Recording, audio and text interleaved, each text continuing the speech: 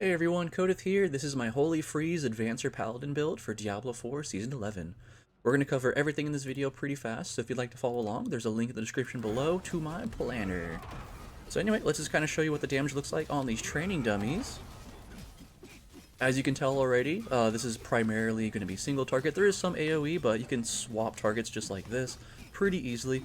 This build's very easy to play, especially on controller, because you can just hold down advance and just move your joystick around to attack random stuff.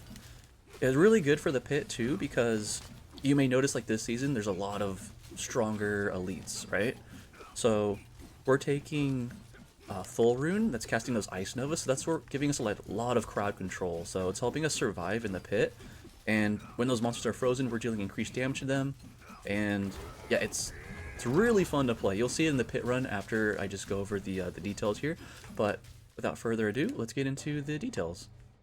So, starting off with our first skill, we've got Consecration. This is a source of additional damage and a source of weakened. That'll be helpful for our crit damage against weakened node. Next up is Defiance. This is just giving us extra armor and resistance, as well as increasing our damage whenever we gain a stack of Resolve. And there's also like a extra Unstoppable if we ever need to press it. Next up is Holy Light Aura. This is just like a heal for us because it's giving us Fortify when we activate it, and that just like heals us a little bit over time. Next up is Fanaticism. This is a damage buff, essentially, a passive damage buff. Gives us crit chance and attack speed, as well as crit damage. And then also, if we need another source of weaken, we can always activate this as well. Next up is Advance. This is our main damage dealer right here, of course. And then we have Fortress. This is our ultimate. So whenever we cast this, you gain 2 resolve stacks every half second.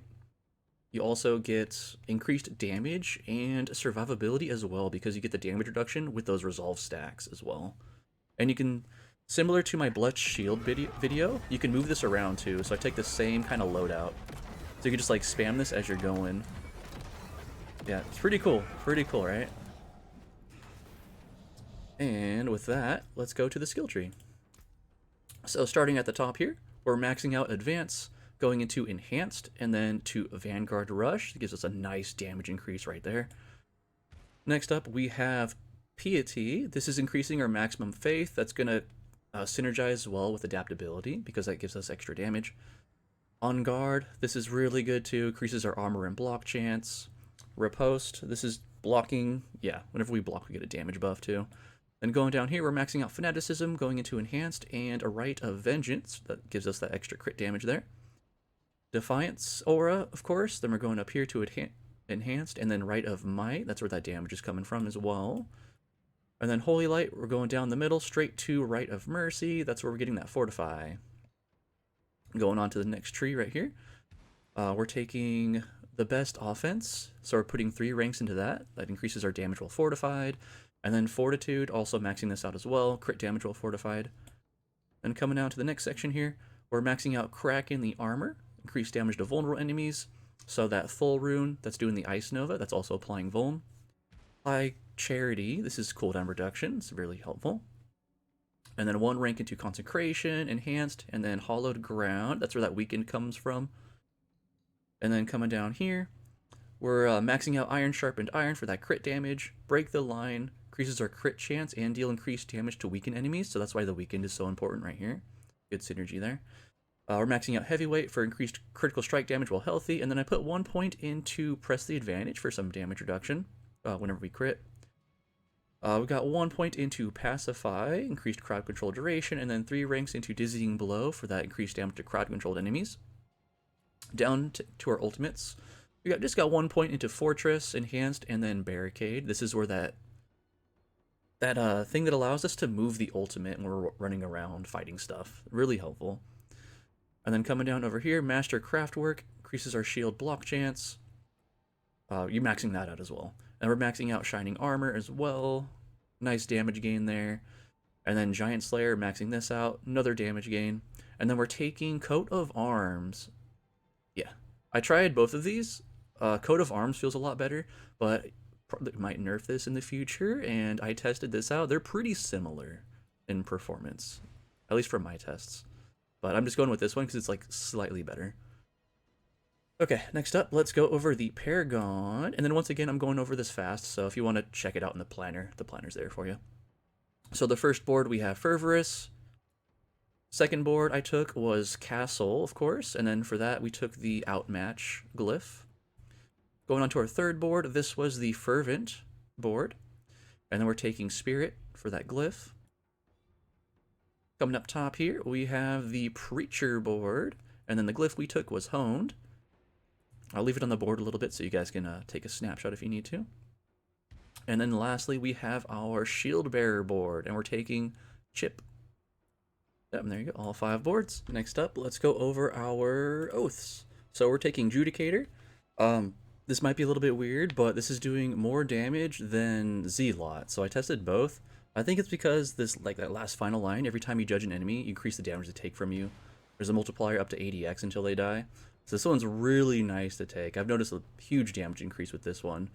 And then lastly, we've got our Mercenaries here. We're taking Subo all the way down the left tree here to get Opening Fire. For our Reinforcement, we're taking Variana. I mix it with Consecration, and then we're taking Bloodthirst as well for that increased attack speed. And then, oh, for the Divine Gifts as well. Yeah, you can check out the planner, but we've got Lies that's Purified, Squalor, Sin, and then Screams. And then for the Corrupted, there's Shadows, Pain, Hellfire, and Anguish. And let's go over our equipment. So starting from the top, we're taking Heir of Perdition. So this is giving us a nice damage multiplier here. And for the runes, we're taking Seer Vex. So Seer Vex, this combination, we have an overflow mechanic with Vex.